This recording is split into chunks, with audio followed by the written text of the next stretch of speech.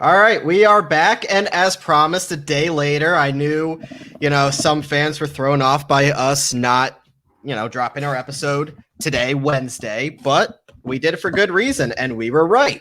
We said there was a good chance that the Bucks would win Game 6 and go on to be the NBA champions, and here we are. We're going to dive into the entire series from start to finish, what this means moving forward, what it means with the Bucks winning the championship. We have another NFL list that I want to hit on. Taylor has no idea about, and it's a bizarre list. Ooh, I'm ready for it. And if we have, it's a good one. It's a good one with a lot of controversy. So, all right, I'm ready for it. And then we have, the MLB hot stove heating up. If we get to it, we're going to try to condense this episode a little bit. We're going to try to get you guys out of here in an hour. I promise we're going to try. And then we're going to talk Tokyo Olympics as well. So let's get right to it then, so we don't waste any more time. We are Sports with a Z and a T. I'm Bryce Linsky alongside Taylor Lattimore. We are presented by Godzilla Media, sponsored by Mohawk Honda, Tech East Fire and Water Restoration, and Saving Face Barbershop up in Saratoga Springs. Taylor, what a hell of a Game 6 we had last night. Obviously, the Bucks winning 105-98, winning the NBA championship title. And I like our little headline, bucking the trend, because it's that small market team, right? It's not the LeBron James of the world. It's not Kevin Durant. It's not the Warriors. It's not the Lakers. It's not the Heat. It's not the Cavs. It's a team that hasn't won a title since 1971 in the Milwaukee Bucks. And I mean, Giannis, absolute monster game to finish off this series with his first reign, 50 points, 14 boards, 5 blocks, 17 of 19 from the free throw line. Take note, Ben. That's what good players do. And scored, like I said, the Bucks had 105 points. He had 50 of them. He had half of them. So, I mean, I'm going to give it right to you before we dive into it. Your thoughts on the Bucks becoming NBA champions for the 2021 NBA season? Well, I think at the beginning of this, we both incorrectly picked the Suns to win, but that was given the fact that we thought that Giannis wasn't going to play. I hedged ourselves. I said I'm picking the Suns because of the Giannis injury. So yes. I gave us that wiggle room. So we were right. We were still right. True. But yeah, this series was a roller coaster, I would say. You get them going up 2-0, the Suns going up 2-0, and then just the Bucks storming back, literally winning the next 4 games in a row. And I thought it was going to be dictated by the home team. I thought it might go 7, where the one team that had to get that win on the road. And I mean, Giannis and the Bucks came out and did it in Game 5, and they won on the road. They made it a series, and Phoenix just couldn't keep up. And when I look at the performance last night, it was a fun game. I mean, we were talking before we got on, and Bryce lost power last night in the middle of the game, so he couldn't see We had some really bad storms roll through here, and it could not have been worse timing. I saw the second half, but I was not happy I missed the first half. Yeah, but the Bucks came out storming, got to a 13-point lead. Storming. Up to a 13-point lead, and I thought that it might be over, that the Bucks might just put the nail in the coffin and that's it. But, granted, give it to the Suns. They came back in quicker than I thought. They were down 13. I was like, okay, maybe by halftime by mid-second quarter they were caught up. The Bucks at one point were outscored, I think it was 15 or 9 or somewhere in the high teens to 4. The Bucks scored 29 in the first quarter, and then they were at 4 with 3 minutes to go in the second quarter. So it was a roller coaster of a game. But Giannis Antetokounmpo with just a legendary performance. I was rooting for 50. He had 49 at the end there, and they were fouling. They're in the foul game where it was all right, they're gonna win. You're just fouling because you want to, maybe they'll miss a couple free throws. And I was like, give it to Giannis. I want him to get 50. An even 50 is just nice to look at. But yeah, credit to him for making his free throws. And he doesn't have. I think he proved that he doesn't have to be able to shoot the ball like Kevin Durant. But the one thing he does need is, if he's going to be driving, he needs to be able to hit some free throws, or at least be a threat at the free throw line. And when you're making them like he was making them last night, you can't foul him because he will make them. And otherwise, you have no recourse for stopping him because he's bigger and stronger than everyone. He was playing with Ayton last night. It was crazy to watch. And you mentioned it was a roller coaster game 6. It was really a roller coaster series, right? I mean, the Bucks fell behind 2-0 in the series, and we were talking about the Suns look unbeatable. And we were talking Giannis doesn't look healthy. He doesn't look right. But this Bucks team, like they really have all postseason, they never gave up, and they dug deep and won 4 straight. And we're going to get to the Suns because I have some takes on the Suns too. I mean, I was in CP3's court for the majority of this postseason. However, I have some things to say about Phoenix's performance, including Chris Paul. But as the Bucks did all season, and as Giannis did, they just stormed back and were resilient, and the 2-time MVP finished the game with one of the most impressive performances. I mean, there's obviously some legendary NBA Finals performances. You could go with LeBron, for example. You could go with some of the Jordan ones. You could go with a Kyrie. You could go with Shaq, correct. 50 points, 14 boards, 5 blocks. As a result of his performance consistently, and we talked about this throughout the NBA Finals, how good and how historic of a performance he was putting on. He was the unanimous Finals MVP in my book. I mean, you had arguments for Drew Holiday, you had arguments for Middleton, but this Bucks team, Giannis, obviously, I mean, he was the reason why this Bucks team was where they were. And to say that Giannis put together one of the best single game performances ever in NBA Finals history in Game 6 is being kind. He became just the 7th player in NBA history to score 50 plus points in a Finals game, period. And he also, he also became the first Taylor ever player to record 50 points, 10 boards, and 5 blocks in a playoff game. He also since blocks were counted as a stat, but still. Right. But I mean, think about all the stars and dominant presence. You're right. He accounted for 48% of Milwaukee's points. That's the 4th highest in a Finals game in the shot clock era. Michael Jordan and Elgin Baylor are the only players to record a higher percentage during that span. Giannis was especially productive in the second half last night. He scored 33 of his 50 points, and over the last 50 years, only 2 players have scored at least 33 points in a half of an NBA Finals game. Michael Jordan and Giannis. He scored 20 points just in the third quarter. Not bad company for the now very impressive resume and just stellar performance for Giannis Antetokounmpo, a well-deserved MVP. And it's really one of those things now. And like I said, we're going to get to the Suns because I want to talk about the Suns as well. But obviously we need to give the Bucks their due. We have time to do everything.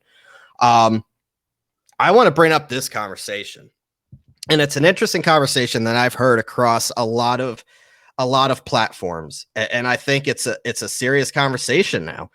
We always considered Giannis to be a superstar, but we never put him in the biggest names of names, right? We never had him in the same category as a LeBron or a KD or a Steph. He was more in that mix with a Harden, a Westbrook, a Lillard. He wasn't one of the best. But now, when you look at what Giannis did in the market that he did, granted, Milwaukee is not, I mean, you could say maybe now that it is, but Milwaukee was never considered a big market, and everybody kind of raised an eyebrow when he came back after signing that Supermax deal, came back and claimed that there was unfinished business. You kind of knew he was wired differently. And for a league with an ever-expanding international focus, with the bundle of physical attributes and skills, big, punishing defenders, someone that's going to attack the rim, is it time to put Giannis as the poster boy of the NBA? It's getting close.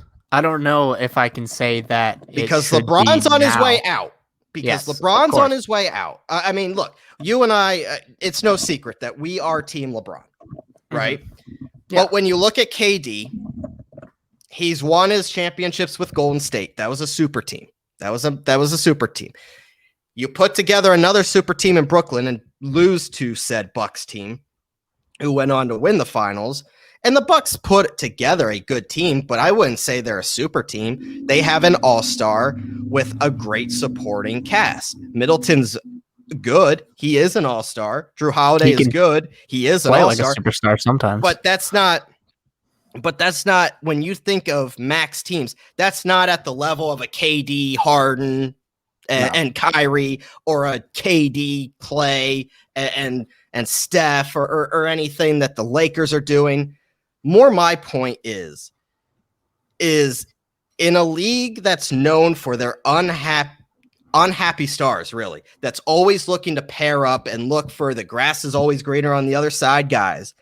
Giannis, to my point, re-upped as soon as he had the chance back in December in Milwaukee, spoiled all the fun for all the speculators out there that he's going to LA, he's going to Brooklyn, he's going to here and there, whatever big market. He's going to the Knicks. He's going to the Knicks. He's going to Miami. He stayed in Milwaukee, and he was all in for what's been an abysmal franchise. I mean, people don't remember how bad the Bucks really were for most of the 21st century. I mean, they have been horrible.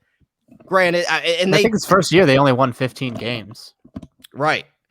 And so to see him grow with the same team, to build it back up, to put in the work, to bring a gritty city to an NBA championship title, and not do it by teaming up with other superstars. And look, they went out and brought in Drew, but Chris Middleton's a homegrown product. A lot player. Exactly. So this isn't something that, Giannis got easily. I'm not saying any NBA championship is easy, but this is a guy that in a league that's, I mean, up and coming with several young stars. I mean, you think of Tatum, Luka, Trae Young, Embiid, Mitchell, Booker, Ball, all of them. I mean, Giannis, look, KD's not a spring chicken anymore. You're looking at that next guy to look at as the poster boy for the league.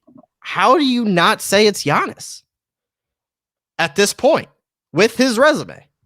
I think you have to say that it's. I'm saying, all right. So LeBron's not out of the league yet. I'm interested to see how he does next year, whether he's healthy or not. If he's not healthy again by the end of the season, then it's just his time. His body is breaking down, and it's over for him. It might be over now. And maybe if you argue that Giannis is the best player in the league right now, the face of the league, and should be, I wouldn't argue hard against you, because how can you? He just put up 50 points in a closeout game 6 of the finals. His worst game was the first game, which he was coming off an injury, where he had 20 points and 17 rebounds to go along with 4 assists. And then he just followed that up with, 2 back-to-back 40-point games, then a 26, 14, 32, 9, and then close it off with 50, 14, and 5 blocks, and doing things that have never been done before. And so, yeah. And the guy is 26. He's like my age. He's a year older because he turns 27 this year, but he's literally my age. Yeah, exactly. And so, like, he has so much left, and you never know what's going to happen. Now, I don't want to be that guy, but I will throw in the caveat of, he did not beat a full strength Nets team. And, there was other teams that may have, the Clippers, who had Kawhi injured. So you never know, like, come next year, can he repeat? Can he get close? If the Sixers had a comparable point guard. Yes, exactly. If the Sixers get Damian Lillard or whatever the hell happens over the summer. But the point is, I don't know if he makes it in a year where everyone's healthy, but that's not how life works. And so he only played who was in front of him, and he demolished them all in the end, and he came out on top. And so being 26, doing what he's doing, and like playing the way he's playing, I don't see how he can't be the next face of it with guys like Luka. And that Luka, I think, is the one who's going to challenge him in a year or two. You know, that he'd be my pick for the guy that's coming up next. Well, Luka needs to win a championship before he can be in that conversation. Of course.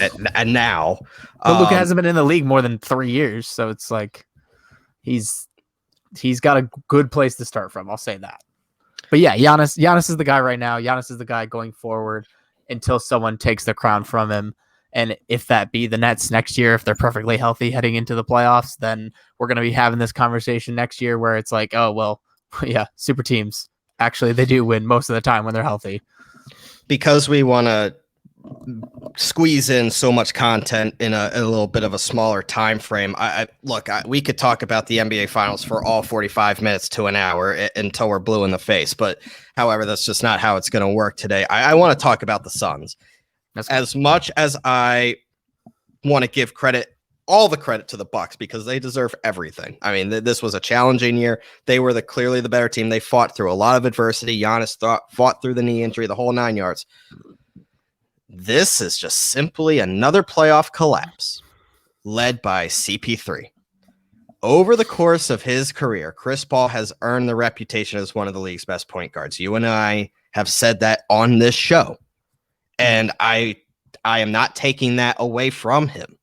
However, I think what the cherry on top of his legacy would have been if going up 2-0, you should win that series. You should win a series up 2-0 against this Bucks team. Just plain and simple. He's gained a bit of a reputation, that is CP3, for losing leads in a playoff series. And unfortunately, that played out again because obviously being up 2-0, the Suns dropped 4 straight games, which marks the 4th time in CP3's career that his team has lost a best-of-7 series after going up 2-0. He's the first ever player to blow 4 such series leads. He's blown leads going back to 2008. They were up 2-0 against the Spurs, 2-0 against the Grizzlies in 2013, 3-1 against the Rockets in 2015, 2-0 against the Blazers in 2016. They were up, we've talked about this, they were up 3-2 against the Warriors in 2018. And now again, and then again, this NBA Finals up 2-0 against the Bucks. He's the first ever player to blow 4 2-0 leads in a best-of-7 series. And I come, from a city in Philadelphia that had somebody similar stats-wise in my relation, I can relate to, is Donovan McNabb with the Eagles. Put up all the stats, was a great quarterback for the Eagles, holds all the franchise records for the team. But what do people go back on? That he never won a Super Bowl and choked whenever they got close. That's what I worry about when it comes to CP3's legacy now, because this was his time. You could say that it was back in 2018, but being up 2-0 against it, I mean, the Bucks are the NBA champions. They were clearly the best team in the league this year. However, they're a beatable NBA champion, and you kind of let them back in this series when you had your foot on their neck. And that, with him entering his 17th season next year, I don't know where he's going to be. I don't know if he's going to opt out in Phoenix, but I can almost assure you that Phoenix will not be the representative of the Western Conference in next year's NBA Finals. And I think that's because CP3 is going to go chase a ring somewhere, whether that be in LA. I don't know. We'll see.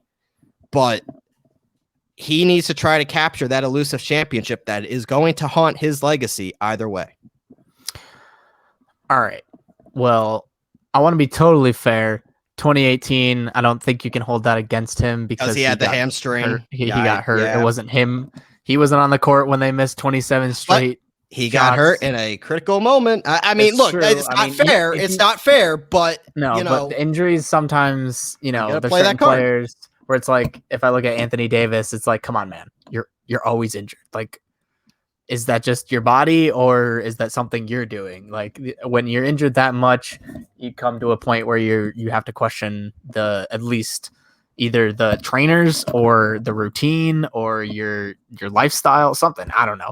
Or maybe you just have a frail body. But either way, I'm not really counting 2018 against him. And even this year, I'm not really counting against him because of a couple of reasons. The first reason being that it's Chris Paul, the 38-year-old with a bunch of kids. Like, these are kids. This is their first playoff series or playoff push. Like, Devin Booker's first playoffs, Ayton, Bridges, first playoffs, not Crowder's, obviously. He was in the finals last year, but that's why it's like Paul and Crowder, and if we're talking starting lineup, people who were in the finals, only those two. So he's bringing along these kids, basically. I mean, they're not kids, but I mean, Booker's 24 years old. He's basically a kid. But I think of more of a floor raising performance than anything else in this playoffs. Like, I don't think that he was ever meant to get this far. Like, the Suns were good all season, obviously, and that's why they got the number 2 seed. But even coming into it, like, I mean, I picked the Lakers. I thought if the Lakers were healthy, and I still believe if the Lakers had been healthy, that they would have beat the Suns. And I predicted them to lose in 5, and they made it all the way here. They had some help with the injuries along the way, but I don't really think it was all Paul's fault. And even watching the game last night, yeah, he missed some shots that were probably shots he should have made. There were some wide open shots, like at the foul line, that he normally makes. And there was a couple of bad turnovers. But you know who I blame the most for this loss last night? Devin Booker. He was awful. He was awful outside of the first 2 games, really. He was 8 of 22, 0 of 7 from 3. He had bad turnovers, 6 turnovers, and they're all atrocious.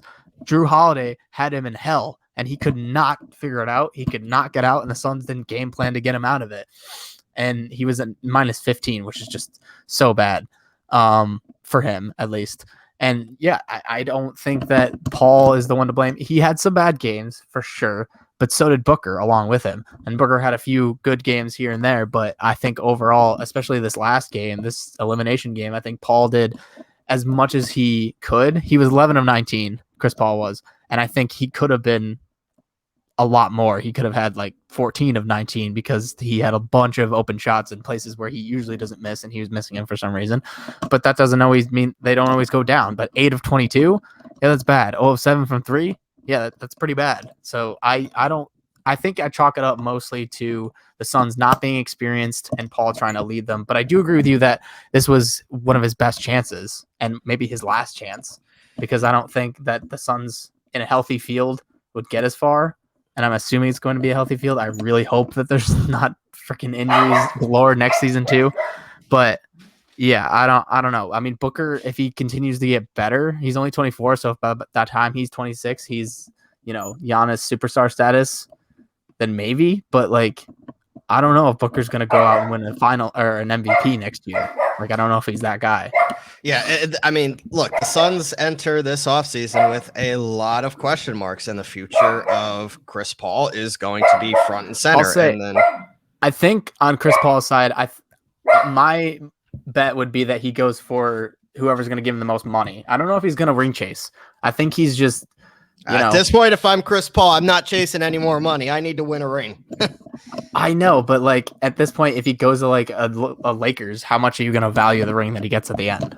And if he's carried by LeBron and AD. So when you're looking at what CP3's options are, if Paul declines his option, that's an indication a new contract is going to be waiting for him. Whether that be from Phoenix or there's a secondary option with a team that has space, I don't know. We obviously have heard about the Lakers. We have heard about the New York Knicks that project to have more than $50 million in room that can sign him to, say, a 3-year deal. With that said, it's not likely that he leaves Phoenix. I'd be hard to see that he does leave. However, there's a lot of question marks around the future of Phoenix, and I think with a healthier Western Conference, they're simply not going to be the best team next year. And I was wrong about them this past year, but I don't know. And who knows what experience will do for them? I'm not sure, but it just seems to me that this was their chance. They caught lightning in a bottle, except it got, I mean, the flame was put out a little too soon. Stamped out by Giannis. Yeah, it was stomped out by Giannis. So, well, I mean, if you look at it, I think if I asked you who do you think is going to be the top 2 teams in the Western Conference next year, you're not going to say the Jazz and the Phoenix Suns. No, you're going to say probably the Lakers and maybe a healthy Warriors team. I am wholeheartedly believing the Warriors with Clay coming back. If James Wiseman is also healthy, that team could be nasty. Right. So, and look, the landscape changes every single year. We know that. So be on the lookout because, I mean, come August, I believe the offseason starts in August this year. I could be wrong on that, but I think instead July 1st, August 1st is like the big day because the NBA is trying to catch up to all their to normal season scheduling after obviously COVID made this year a little bit shortened, and we'll have plenty of time to talk NBA offseason, but August 2nd is when free agency starts. All right. So we got about a week and a half or so. Yeah. We'll be hearing rumors.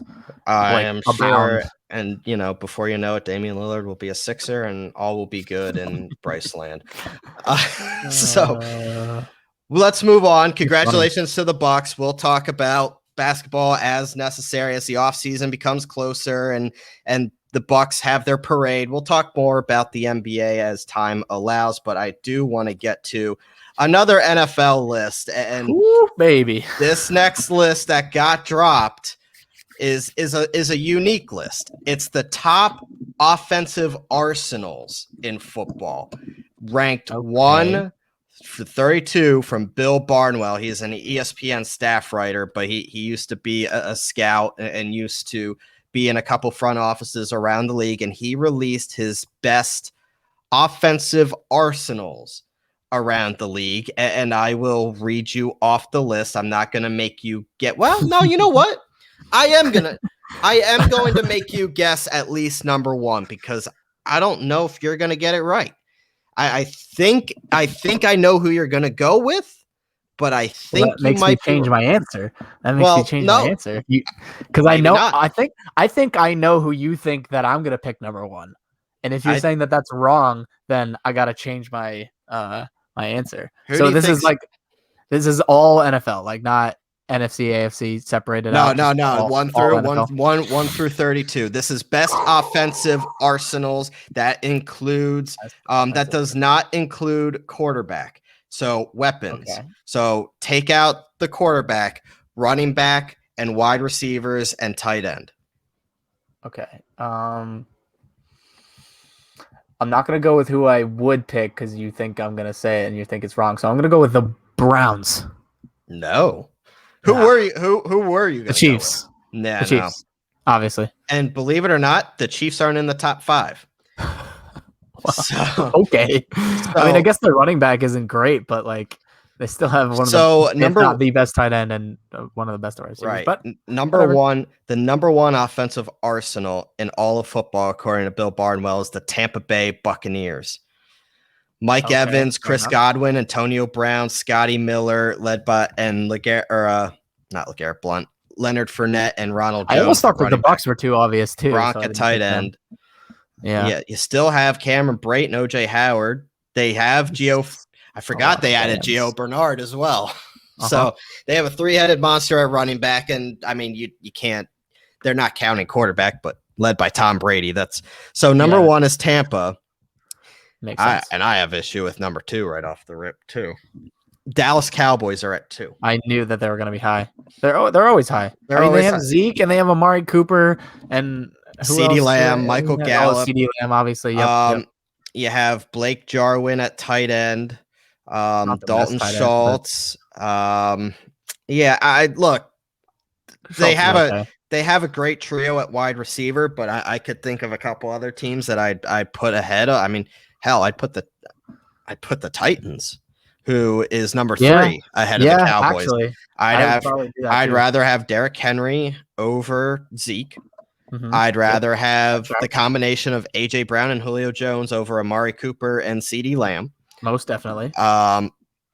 Do they have that third wide receiver, I guess, compared to what the Cowboys have in Gallup? No. Yeah, but Gallup doesn't move the needle that much. Julio over Amari is like a no-brainer all day, every day. And then CeeDee Lamb, I mean, he's a growing player, so maybe he'll be as good. Or, I mean, AJ Brown's so good. AJ Brown's so good. He is so fun to watch, and I think pairing him with Julio. Look, I mean, we've talked about the Titans a lot because of obviously our thoughts on the AFC South, but if they don't have a quarterback to throw them the football, I don't know what good they are. But that's not what the conversation is. It's Arsenal. Are the Seahawks in that top 10? I'm looking. Hold on. I was like, what? You just went quiet. I was like, is that a question? No. Yes, they are, but they're fairly down. So we'll go. Yeah. Number 4 is your guess. It was the Browns. I mean, and they should be with Chubb and Kareem Hunt. You have Austin Hooper at tight end, and then Landry and OBJ. Yet OBJ coming off the torn ACL, but that's still a pretty solid core, especially that running back group. I mean, that is just that's the best 1-2 punch I think in all of football. Until Marlon Mack and Jonathan Taylor, but no, all right, we're gonna move. Yeah, we're gonna move on now. No, but yeah, you're right. You're right. Chubb and Hunter are pretty good. This one's a little interesting and kind of made me think. And I think they're good, but I don't think they're this good. They have the Vikings at 5, and that I mean, you have Dalvin Cook at tight end, backed up by Alexander Madison. You have Justin Jefferson.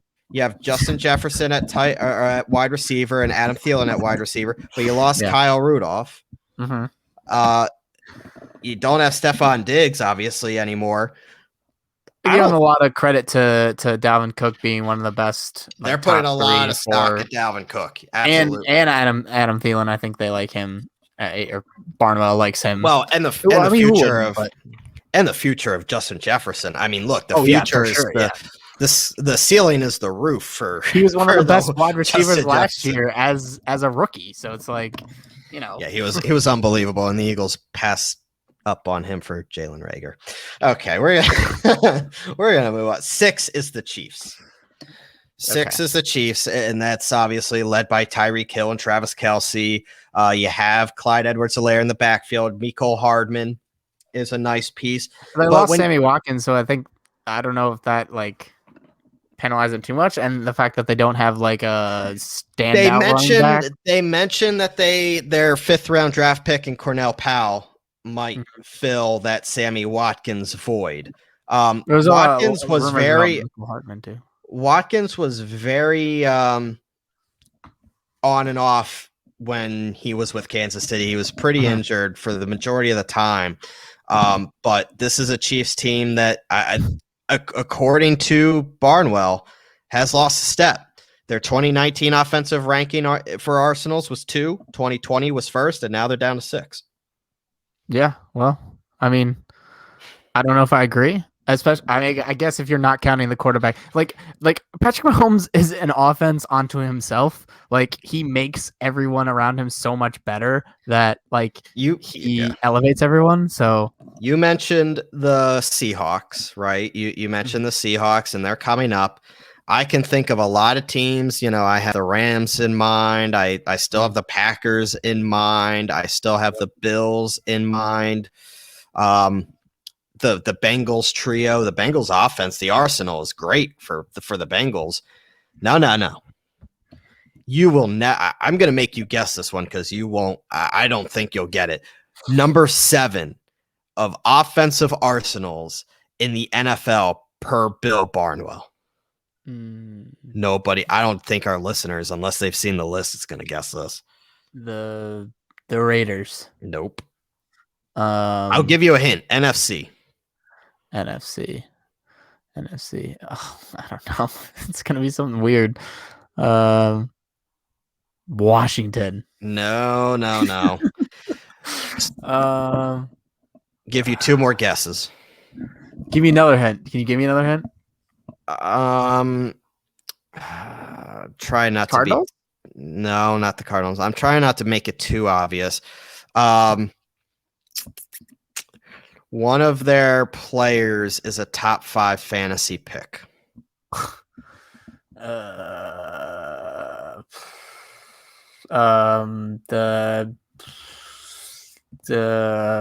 in any coherent fantasy league. I don't know. The Saints? No.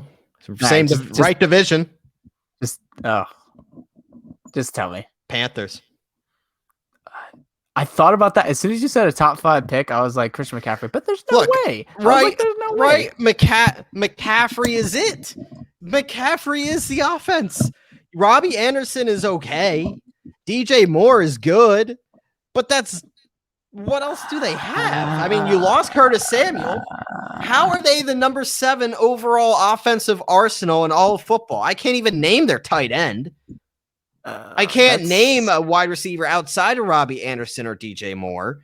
You have Sam Darnold, and I get it, quarterback isn't part of the conversation, but what outside of Christian McCaffrey is likable about the Panthers offense? I'm struggling to figure it out. I don't know. I mean, are they giving that much? Their tight end is Dan Arnold. Oh, Jesus Christ. Yeah. Wait, but who's below them? Tell me who 8, 9, and 10 are. Seattle is 8. Okay, no. Buffalo is 9. Okay, no. Rams are 10. That now, granted, they just lost Cam Akers, but Cook or Robert Woods, Cooper Kupp, Deshaun Jackson, Tyler Higbee, Gerald Everett, Van Jefferson. Yeah, I love the receiving core. I'm a big Cooper Kupp fan. I am too. He's done me very well in fantasy, a lot. So Cooper Kupp is he's a great slot wide receiver. You have I'll start going through it. Packers at 11. You have the Niners at 12, which I kind of hesitate on that, but I guess with Kittle, Mostert, Debo, Ayuk. Is like the offensive line like part of it? Or no. It's literally just the weapons. Literally the weapons. Yep. I mean, Bengals are 13. The running backs are very. Bengals are 13. The Ravens are 14. And I'm looking at all these teams and then comparing them to the Panthers, and I'm like, how? They must be putting a lot of stock in like Robbie Anderson. I have a problem with this too. Steelers at 15. I mean, you lost James Conner. You have Najee Harris, who I think is going to be good, but you don't know. Chase Claypool's good. Juju Smith is good, not great. I think he's proven that now. That's last year. He was correct, consistent. And you have Deontay Johnson, but like you don't have a tight end. You don't have a proven running back. How are you in the top 15 in the NFL? You have a quarterback that can't throw you a football. Harris is going to be great. You have a 38-year-old quarterback that's arm's about to fall off. We're not counting the quarterback. I know, but it's. I know, but if you were counting the quarterback, do you really think that the Panthers would be 7th with Sam Darnold at the helm? No disrespect to Sam Darnold, but I mean, I know you can blame it on the Jets all you want, but he didn't look great. You see it ghosts, literally. Here's the first look. 16, the New York Football Giants. You have Saquon Barkley, which I like. You brought in Kenny Galladay, sure. Evan Ingram continues to struggle at the tight end position. So I don't know about Evan Ingram. Sterling Shepard is a slot wide receiver at best. You had Golden Tate, who is just when he plays. It's terrible. He's terrible. Yeah. Darius Slayton puts up numbers, but not a consistent amount of numbers. You don't know what look, being a Penn Stater and knowing Saquon, he's going to be fine and he's going to be dominant, but you don't know that. You can't put them that high knowing that Saquon is going to come back healthy, because if he's not healthy, that team's going to struggle. So to put them at 16, I struggle with. Denver at 17, which I think is more. They have weapons. You have Jerry Jeudy, KJ Hamler, Cortland Sutton's back from the ACL tear. Tim Patrick is a nice piece. You have Melvin Gordon in the backfield. They lost Phillip Lindsay, but that's still Noah Fant at tight end, who I really like. I like Noah Fant a lot. I like Jerry Jeudy a lot, personally. Jerry Jeudy. Yeah, Jerry Jeudy's. Yes, he was also on one of my fantasy teams last year, and he wasn't amazing, but you give him credit for not having a great quarterback and still putting up numbers. Cardinals are at 18, which DeAndre Hopkins, you have Chase Edmonds, and you brought in James Conner to kind of spell each other. You remember they have AJ Green now. So remember that. They have rookie Rondale Moore, who's going to be a speedster for them. Christian Kirk is there as well. This is a team that, look, they have the weapons. The Cardinals offense never really was the issue last year. It was that defense. So Cardinals, I'm that's about right for me. I think the Cardinals have a good offense. It's the defense for me that's going to keep me from really putting them anywhere further than where they are. The Saints are at 19 with Kamara, Thomas, Emmanuel Sanders, Jared Cook. I feel like that's kind of really low. Like, the supporting cast is good. It's the quarterback that is if you're not counting the quarterback, then the Saints should be and that's way why higher. That's why I wanted to talk about this list, because it just seems all over the place to me. Because Kamara is undoubtedly one of the top 3 to 5 running backs in the league. There's a couple teams that even look. There's a couple teams out here that we haven't talked about yet that I'm pretty aggravated that we haven't talked about yet. And both our teams are on that list. Well, I understand why the Colts aren't ranked very high, because their offensive weapons are honestly a little lacking. They could do with a big name or two, but Chargers are 20, which you have Keenan Allen, Mike Williams, Austin Eckler. We'll see. Really like Eckler, but yeah. Dolphins, you have Will Fuller and Jalen Waddle. You still have Devontae Parker. You still have Mike Gesicki at tight end. Myles Gaskin seems to be pretty good. Find at running back. So, look, that's a team that I think is a little low. The Raiders at 22, which I kind of agree with. Josh Jacobs has proven that he can't be trusted in a 3-down role, which is why they brought in Kenyon Drake. You have Darren Waller and a whole bunch of disappointment. Ruggs was a disappointment at wide receiver. You brought in John Brown, but you lost Aguilar, who actually had a decent year for you. So I really don't know what that Raiders offense is going to be like. The Falcons, you still have Calvin Ridley and Russell Gage. You still you brought in Kyle Pitts. Mike Davis is your running back now, which is sneaky. I like it. Falcons offense is a little low for me. Washington is 24. Jacksonville is 25. Chicago's 26. New England's 27. Still going. Colts and the Eagles are 28 and 29. Oh, how fitting. I know, how right? Fitting. We're right at the bottom. Look, the Colts, you have T.Y. still. He's another year older and he's injured, so I get it. You're right. Paris Campbell has basically lost his first 2 years for injury. Michael Pittman's a nice piece. He broke through as the number 1 receiver last year, but can he carry that in? He's not supposed to be a wide receiver. He's one. He's like more of a 2-3 guy, possession guy. You have Jack Doyle and Mo Alley Cox fighting for solid pieces, but nothing crazy. Right. The strength, I think, is going to be their running game. It's Jonathan Taylor and Naheem Hines, right? And Marlon Mack. And Marlon Mack, because he's going to be healthy, supposedly, going into this year. So hopefully. Now that I look at it, I guess the Colts, I get it, but I still think lacking offensive weapons. That's for sure. When it comes to, and I guess maybe this is because it's not proven, but and it just came out today that Zach Ertz is likely to return to Philly. So you have Dallas Goedert and Zach Ertz at tight end in Philadelphia. You just drafted the Heisman Trophy winner in Devontae Smith. You have Travis Fulgham, who had a nice year. Jalen Reagor, who can't. I mean, maybe they're going off some of the performance of last year, but Reagor maybe in another role in a new offense, it's more catered to what he does. He's still an electric player. Greg Ward is a nice supporting cast piece. Then you have Miles Sanders at running back. You brought in Kerryon Johnson. You have Boston Scott. And like I said, they don't count offensive lines. But this is an offense that I said, if it's held back, it's not because of the weapons. It's because of the quarterback.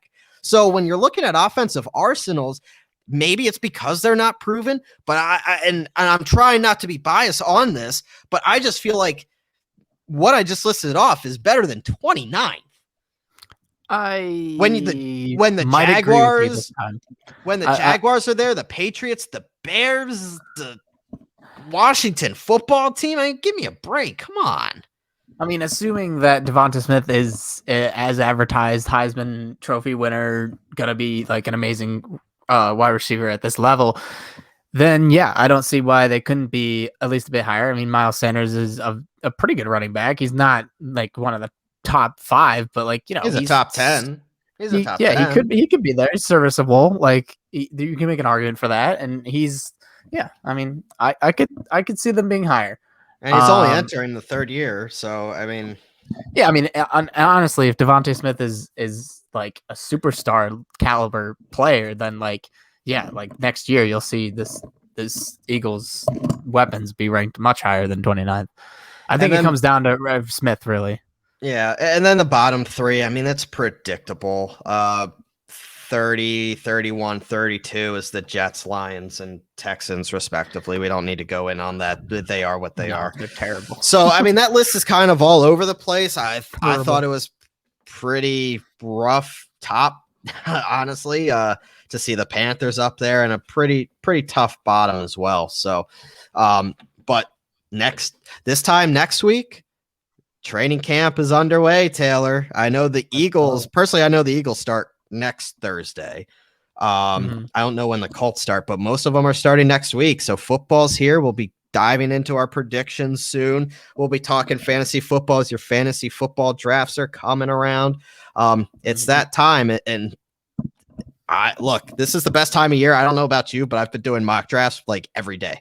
Like just casually pull up a mock draft and do it on the side. I usually don't do it until like August time, because you never know with all the injuries and stuff. Well, like Cam Akers, I feel horrible. I feel horrible for Cam Akers. I feel absolutely sick to my stomach about Cam Akers, who at 21 was about to be the next lead guy for the Rams and blew out his Achilles. Very Kevin Durant-esque. Working out independently away from the facility, getting ready for training camp. So it sucks, but 'tis the season, man. MLB exciting. Hot stove is heating up. We'll get to that probably next week. I think we could give that another week, but with the hot stove heating up, the temperatures hopefully around here are heating up. We haven't really had that yet.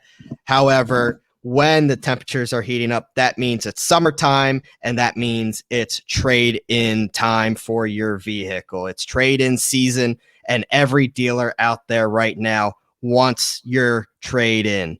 There is a shortage of inventory in the market. We all know that. So when you have a car and you're ready to trade it in, you're ready to get max value, you get the money in your hands, but a lot of these dealers don't have anything for you to buy. Go to Mohawk Honda. Not only do they give you that top dollar, like I just mentioned, for your trade-in, they also have acres and acres of inventory for you to choose from. So you can actually pick what you want on the spot. They have the largest inventory of vehicles in the region, and that means you can choose, like I said, the one that's right for you. Don't go. I mean, you can go. I'm not stopping you from going to the other dealers to talk about their values, listen to what they have to offer.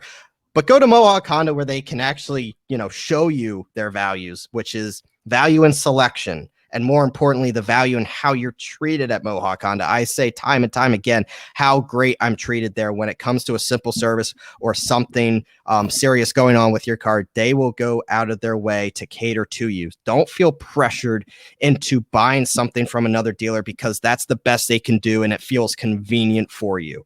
Go to Mohawk Honda and buy the vehicle you deserve. Their vast selection of certified pre-owned vehicles is guaranteed to fit your needs, your lifestyle, and not the other dealers' so-called values. So this summer, selection is king, and no one has more to choose from than Mohawk Honda, where they always go out of their way to please you. I mentioned the MLB hot stove is heating up. We'll talk about that next week. We're gonna let some time go by. The Cubs seemingly ready to go on a fire sale. Chris Bryant was pulled out of the lineup and everybody lost their minds the other night. Craig Kimbrell is on watch. Joey Gallo, Kyle Gibson, Michael Pineda are a couple names to keep an eye on. And keep an eye on Max Scherzer from the Nationals. If the Nationals keep stumbling as well, some of these teams are going to be making a lot of moves. I'm talking about the Phillies, the Mets, the Yankees, all three of the teams that the majority of our fans listen to and follow. Those teams are all going to be buyers. It's going to be fun to watch. It's going to be interesting to see. You don't know what the Braves are going to do. They already got Jock Peterson from the Cubs to replace the unfortunate ACL tear injury that Ronald Acuna suffered. Just sick for him as well. But I want to get to the other summer event coming up. Maybe. We don't know. It's supposed to start this weekend, upcoming weekend, and that would be the Tokyo Olympics. Can we just cancel them? I mean, at this point, it is getting so stressful following this thing and trying to figure out who's actually going to participate. In 2020, the original pre-COVID idea was for Japan to showcase its recovery from the 2011 earthquake, tsunami, nuclear disaster with the Tokyo Games. This has been in the making for a long time. So I get that Japan really wants to get this underway. However, with the Delta variant going on right now, you have over 70 positive cases within the bubble. Within the bubble of athletes that are already there to participate. You have athletes pulling out. You're bringing the entire world together. Much of the country has entered its fourth COVID state of emergency. As their cases rise, restrictions are lasting through the entirety of the games. Restaurants, and now think about the Olympics and think about how much money is put into putting on the Olympics. I mean, it's more than a 4-year process. I mean, they just announced 2032's location. So think about how long this has been in the making. Restaurants have to close by 8. Alcohol sales are prohibited, and citizens are encouraged to stay home whenever possible. Spectators are not allowed at any events in Tokyo, nor at any other venues. With a vaccination rate below 20% in Japan, they have become one of the slowest among wealthy nations to roll out their vaccine. Yet you expect the world, the entire world, amidst a global pandemic to go and compete and nothing go wrong? I think it's time to pull the plug. I mean, it's getting to the point where these athletes are seeing the light. Now, I get it, and it's frustrating for these athletes. It is frustrating because they've worked so damn hard to get to this point. And the IOC itself depends on television contracts for 75% of its revenue.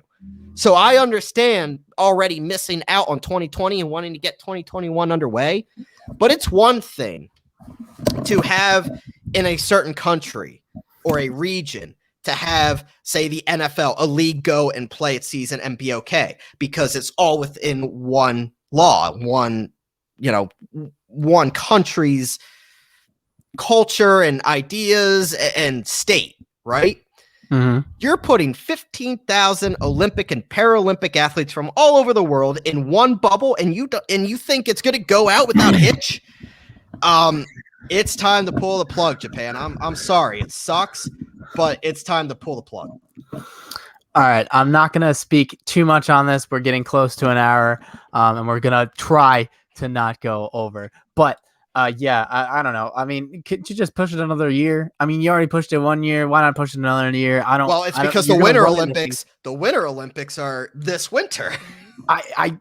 So push everything. Like, just push everything down the road. Like, if you're ever gonna do it for a global pandemic, or someone needs to help out Japan, because if 20% vaccination rate is abysmal, and this is America, and This is America. We're at like 48%, and I'm kind of impressed that we're even there. But Japan, I would have expected to be on top of this, and I don't know the whole geopolitical like bullshit about it. I don't know if Japan is making its own.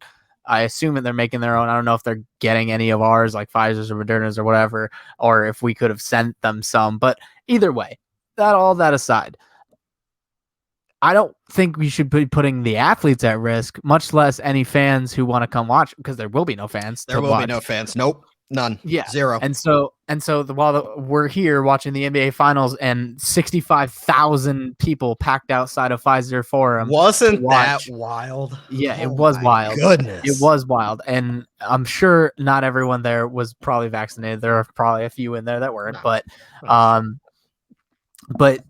you know, like, to go from that to this Olympics where you're not even going to have fans in the stands, and it's just, I know these athletes train and they want to represent their countries, but wouldn't you rather do it in front of at least some representation from your said country, and not do it like running a whatever race in a empty stadium, putting your life at risk? Because it's been shown that, like, yeah, some athletes, some people who are young and athletic and whatever, they get through COVID fine and it's just a cold, but some of them have lasting effects and lasting cardiovascular effects. And I don't think as an athlete, you want any type of hindrance on any type of cardiovascular respiratory type like situation. Like, you want to be the strongest you are at. So why would you risk, like, if I was an athlete, I don't know if I would go. I know obviously it's different for me. I haven't trained, but like, just if you're in the prime of your career, you may be able to wait another year. Like, I don't know why they don't just push everything, and like that would give everyone more time, because then you won't have situations where the Olympics in Russia, I don't know if you remember getting all that like news about how like the stadiums and everything, like the facilities are crap because they just didn't have enough time, and it's too big of a project to take on. They're on cardboard beds because they want to limit athlete intervention, should I say. Yeah, well, Olympic Village has always been notorious for having a lot of that. They're Olympic athletes. They're going to find other places to do it than cardboard beds. I mean, get a grip. But either way, I don't know. It's becoming up in the air whether this is even going to happen. Every day it feels like you get another notification that there's a U.S. Gymnast or NBA or like a player Goff, for the Bradley Beal. The Team USA teams are like either falling out or calling, or they're what am I trying to say? They're pulling out of like the games, or they're just getting COVID in general and they're in quarantine now and they can't go. Or maybe they can go in like 2 weeks, but like the games are starting, so I don't know. This is just a mess. Speaking of Tokyo Olympics, and before we leave, we mentioned about Team USA last week. Taylor, very good. You predicted a win. Congratulations. I told you they were winning. However, and they've rattled off a couple now. They've rattled off a couple. They look better. Look, I mean, this is still Team USA. They're good. They have the best player in the world, and Kevin Durant has a premier perimeter shooter and Dame. You have Tatum and Levine. You have Draymond and Bam. But this is also a flawed team that lacks size. Spain pounded Team USA on the boards over the weekend. You have JaVale McGee on the team now, which makes me want to throw up that JaVale McGee is representing Team USA. I mean, come on, we can't do better than this. Along with Keldon Johnson, after like I said, Beal and Kevin Love bowed out. This team is still a team that lacks chemistry. This is a team that thought they were getting Booker, Middleton, Drew. I don't know if that's actually going to happen now. This is a team that it just doesn't feel right. I mean, gone are the days of beating, Nigeria by 83 points or blasting Australia to the moon. I mean, those are two teams that beat USA in the exhibitions, as we tackled last week. So if there is a talking point with these Olympics, and there's quickly not becoming many, this basketball team will be one of them. Yeah, I was never truly worried about Team USA. It should be. You should be. I don't. They're still not winning convincingly. No, but again, I think a lot of that has to do with the actual group stage hasn't started. So let's hold a little back, especially for players who just played in the NBA playoffs, and they're coming off a couple weeks of playing. As long as we don't lose to Iran. Yeah. No, I mean, like I'm saying, as long as we have like Kevin Durant, I think we'll be okay. Sure, but you never know. I mean, the 2003 team didn't expect them to get bronze, but nope. And then they did, and then thus we had to have a redeem team.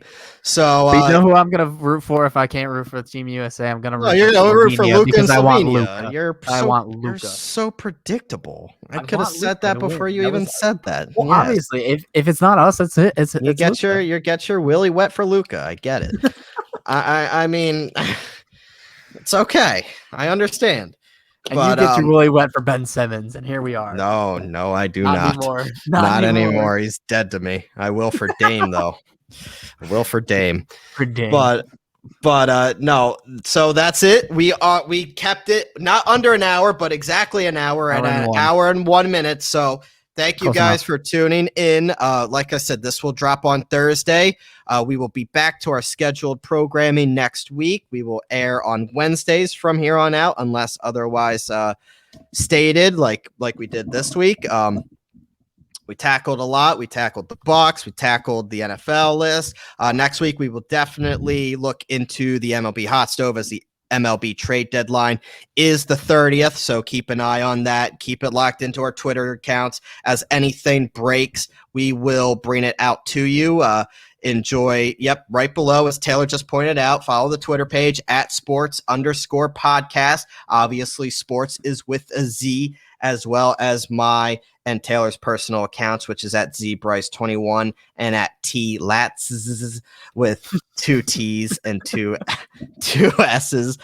We are just change one of the S's to a Z, and then it'll be like I know. I probably screwed them up even more. But thank you to all our listeners. Thank you to all our sponsors. Again, Mohawk Honda, Techies Fire and Water Restoration, as Gaz has put in before this episode. And we don't want to forget about our good friend Jeremiah up at Saving Face Barbershop in Saratoga Springs.